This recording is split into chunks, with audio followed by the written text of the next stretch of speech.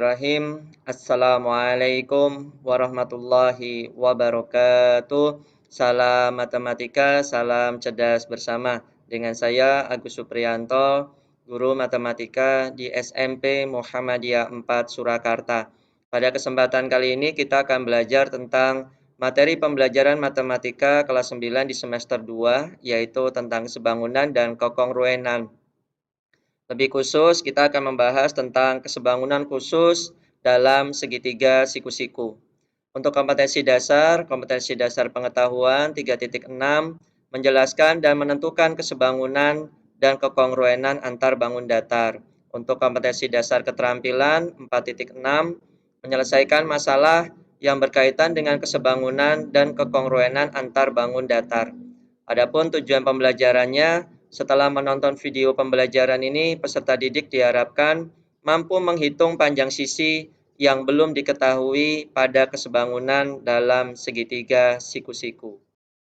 Sebelum kita membahas tentang kesebangunan khusus dalam segitiga siku-siku, kita coba mengingat kembali tentang materi segitiga siku-siku. Perhatikan gambar berikut, ada segitiga ABC dan ada garis tinggi AD yang tegak lurus dengan garis miring BC. Diketahui panjang AB-nya sama dengan 6 cm dan panjang AC sama dengan 8 cm. Tentukan yang pertama atau A, panjang BC, yaitu panjang sisi miring. Ya, sisi miring. Kemudian panjang AD adalah garis tinggi yang tegak lurus dengan sisi miring BC. Baik, jawab. Untuk mencari panjang BC, kita akan menggunakan teorema Pythagoras. Panjang BC sama dengan akar dari 8 kuadrat ditambah 6 kuadrat. 8 kuadratnya dari panjang AC dan 6 kuadratnya dari panjang AB. BC sama dengan akar dari 8 kuadrat 64, 6 kuadrat sama dengan 36. BC sama dengan 64, akar 64 ditambah akar 36, ya. 64 ditambah 36, maaf. 64 ditambah 36, 100. Panjangnya BC adalah akar 100. Berarti panjangnya BC sama dengan plus minus akar dari 100. Karena panjang sisi tidak boleh negatif, maka kita ambil yang positif. Panjangnya BC sama dengan 10 cm. Untuk mencari panjang AD, kita akan menggunakan rumus luas segitiga. Luas segitiga ABC pasti sama dengan luas segitiga ABC juga. Ya. Hanya kita akan menggunakan alas dan tinggi yang berbeda. Ya, setengah kali AB dikali AC. Untuk yang pertama kita menggunakan alasnya AB, tingginya AC. Untuk segitiga ABC yang kedua, kita menggunakan alasnya BC dan tingginya AD. Untuk mencari panjang AD, kita membutuhkan rumus ini. Kemudian, karena di ruas kiri dan ruas kanan ada konstanta yang sama, yaitu setengah, maka bisa kita bagi ruas kiri dan kanan dengan setengah, sehingga setengahnya bisa hilang atau tinggal nilainya menjadi 1. Kemudian kita lanjutkan, AB dikali AC sama dengan BC dikali AD. Panjangnya AB diketahui 6 cm, panjangnya AC diketahui 8 cm. Panjangnya BC 10 cm, panjangnya AD ditanyakan. Panjangnya BC 10 cm dari jawaban yang A. Panjangnya AD sama dengan 6 kali 8 dibagi 10. 6 dikali 8 sama dengan 48, dibagi dengan 10, sama dengan 4,8 cm. Berarti panjangnya AD adalah 4,8 cm. Kita lanjut. Kesebangunan khusus dalam segitiga siku-siku.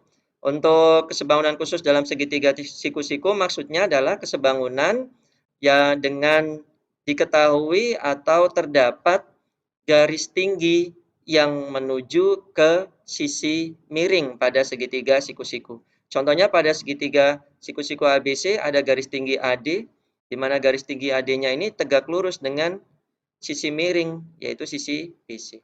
Untuk kondisi yang pertama, kita mendapatkan rumus. Kalau mencari panjang AB atau diketahui nanti panjang AB, segera membuat, ya kalau saya menggunakan tanda panah, itu tanda panahnya menuju ke sisi miring atau titik yang ada di sisi miring, yaitu titik B, tidak di titik A. Sehingga diperoleh rumus AB kuadrat sama dengan BD dikalikan dengan BC. Itulah kenapa kita usahakan panahnya ke titik yang ada di sisi miring. Jangan ke titik A, tapi ke sisi miring, titik B. Sehingga diperoleh rumusnya AB kuadrat sama dengan BD dikalikan BC. Jika diketahui AB atau yang ditanyakan AB, berarti menggunakan rumus ini. Untuk rumus ini dapatnya dari mana? Untuk lebih jelasnya ada di buku paket. Nah, contoh soal untuk kondisi 1. Jika panjang CD-nya 4 cm, CD itu yang ini, dan panjang BD-nya 9 cm, maka tentukan panjang AB. AB yang ditanyakan berarti kita menggunakan rumus ini. Kalau yang diketahui AB, kita juga bisa menggunakan rumus ini jika ditanyakan CD atau BD atau panjangnya BC. Baik, diketahui tadi panjangnya CD 4 cm, panjangnya BD 9 cm. Karena tadi di rumus kita membutuhkan panjang BC, kita cari dulu panjang BC, yaitu 4 cm ditambah 9 cm, 13 cm. Yang ditanyakan adalah AB. Baik, jawab. AB kuadrat sama dengan BD dikalikan dengan BC. AB kuadrat sama dengan BD-nya 9 cm, BC-nya 13 cm. AB kuadrat sama dengan 9 dikali 13 itu 117. Nah, sebetulnya nggak usah dikalikan, ini nanti langsung di akar sudah kita bisa tahu jawabannya. AB sama dengan akar dari 117. AB sama dengan akar dari 3 pangkat 3, 3 pangkat 2, ya harusnya ya, dikalikan dengan 13. 3 pangkat 2 dikalikan dengan 13. 3 pangkat 2 itu sama dengan akar 3 pangkat 2 itu sama dengan 3, dan akar 13 tidak bisa diakar ya, kita tidak menemukan akarnya, kecuali dalam bentuk koma. Tapi kita tulis saja seperti ini untuk memudahkan. Jadi panjangnya AB adalah 3 akar 13 cm. Kita lanjut untuk kondisi yang kedua. Bagaimana kalau berhubungan dengan panjangnya AC, ditanyakan atau diketahui? AC kuadrat sama dengan, ingat, selalu ke arah sisi atau titik yang menuju ke sisi miring, yang ada di sisi miring. CD dikalikan dengan CB. Ya, CD dikalikan dengan CB. Untuk contoh soal kondisi 2, jika diketahui panjang CD 9 cm, CD-nya 9 cm, dan panjangnya BD 16 cm, maka tentukan panjang AC. CD 9, BD 16. Ya. Untuk contoh soal kondisi 2, tadi diketahui CD-nya 9, panjang BD-nya 16, panjang BC 9 cm ditambah 16 cm, sama dengan 25. Kenapa kita mencari panjang BC? Karena tadi ada rumusnya membutuhkan panjang CB atau BC. Ditanyakan panjang AC. Ya, rumusnya AC kuadrat sama dengan CD dikalikan dengan CB. Ya. CB atau BC sama saja. Ini saya untuk memudahkan mengingat. Jadi di titik C sebagai pangkalnya, titik startnya untuk memudahkan mengingat rumus. AC kuadrat sama dengan panjangnya CD 9 cm, panjangnya CB atau BC 25 cm. AC kuadrat sama dengan 9 dikali 25, 225. Panjangnya AC itu akar dari 225. Panjangnya AC berarti 15 cm. Oke. Kita lanjut untuk kondisi yang ketiga. Berhubungan dengan tinggi AD, ya, atau sisi AD, garis AD. AD kuadrat sama dengan, perhatikan, titik startnya dari titik D selalu menuju ke titik yang berada di sisi miring. CD atau DC dikalikan dengan DB atau BD. Sekali lagi, D-nya saya dahulukan untuk memudahkan dalam mengingat rumus. Ya. Contoh soal untuk kondisi 3. Jika panjang CD 9 cm dan panjang BD 16 cm, CD 9 cm, BD 16 cm, maka tentukan panjang AD. Ya, diketahui CD-nya 9 cm, BD-nya 16 cm, panjang AD-nya berapa? Ini kita tidak perlu mencari panjang BC. Jawab, rumusnya tadi AD kuadrat sama dengan DC dikalikan dengan DB, atau CD dikalikan dengan BD. Ya, panjang CD-nya 9 cm, panjang BD-nya 16 cm. AD kuadrat sama dengan 9 dikali 16 sama dengan 144. Akar dari 144 adalah 12 cm. Kita ambil yang positifnya. Oke. Sekarang kita coba latihan soal 1. Pada gambar di samping diketahui panjang AB 9 cm, panjang AC 12 cm.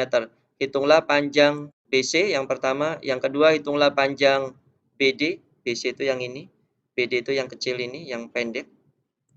Dan tentukan panjang AD. Panjang AD adalah garis tinggi yang tegak lurus dengan sisi miring.